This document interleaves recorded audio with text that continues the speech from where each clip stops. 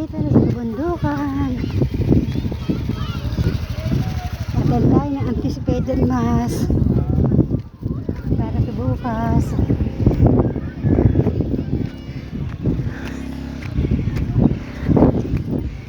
Siguradong tunaw ang kolesterol mo dito. Mas may bit-bit kang ganito. Talaga. Ilang ano ba yan? Ilang degrees ba ang taas niyan? 1,000 above sea level to.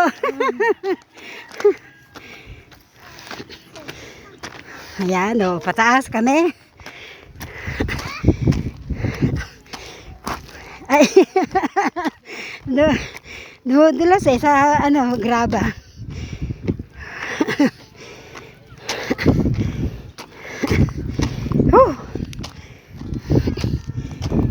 Wala pa naman akong dalang tubig. Okay, ito nasa public na.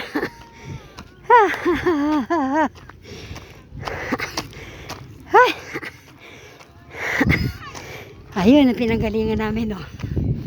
Ayun ang pinanggalingan namin.